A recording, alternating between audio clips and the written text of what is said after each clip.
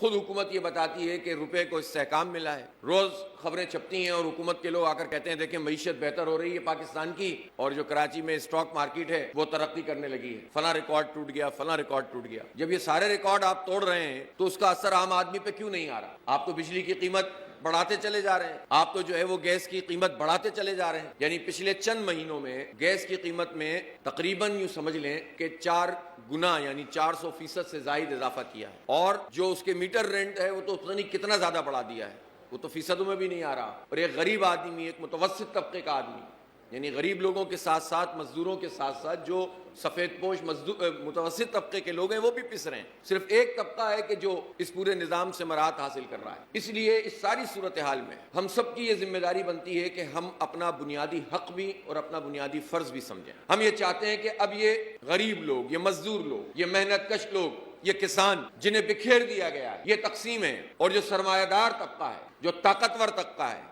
جس کے ہاتھ میں یہ پورا نظام ہے، جن کے پاس بڑی بڑی زمینیں، جنہوں نے اس پورے نظام کے اوپر اپنا کنٹرول حاصل کیا ہوا ہے، چاہے وہ بیوروکریسی ہو، چاہے وہ فوج کے ڈکٹیٹرز ہوں، چاہے وہ ظالم سیاستدان ہو جو سیاست کو ایک معتبر چیز کو جنہوں نے بدنام کر دیا ہے، چاہے یہ جاگیردار اور وڈیرے ہوں کہ جنہیں انگریز نے مسلمانوں اور مقامی لوگوں سے غداری کرنے کے نتیجے میں جاگیریں عطا کی تھی، اور ان کی اولادیں ان زمینوں کے اوپر قابض ہیں اور کسانوں کا حق مارتی ہیں۔ تو اس ملک کے نظام کو چلانے والے وہ لوگ جو غلط طریقے سے اس پورے سسٹم کو چلا رہے ہیں وہ تو متحد ہوتے ہیں، ان میں تو زبان کی بھی کوئی تقسیم نہیں ہوتی، ان میں تو علاقے کی بھی کوئی تقسیم نہیں ہوتی، ان کی تو رشتہ داریاں ہوتی ہیں، بڑے بڑے خاندان ہیں، ایک آدمی فوج میں وہ چلا جاتا ہے، ایک آدمی بیوروکریسی میں چلا جاتا ہے،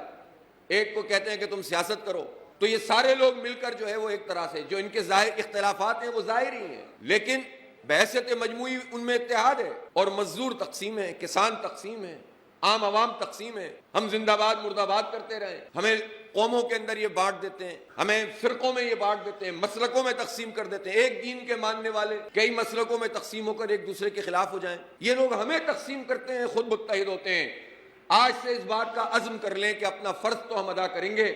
لیکن جو ہمارا حق ہے اس کو حاصل کرنے کے لیے ہم متحد ہوں گے اور ان ظالموں کو تقسیم کر دیں گے۔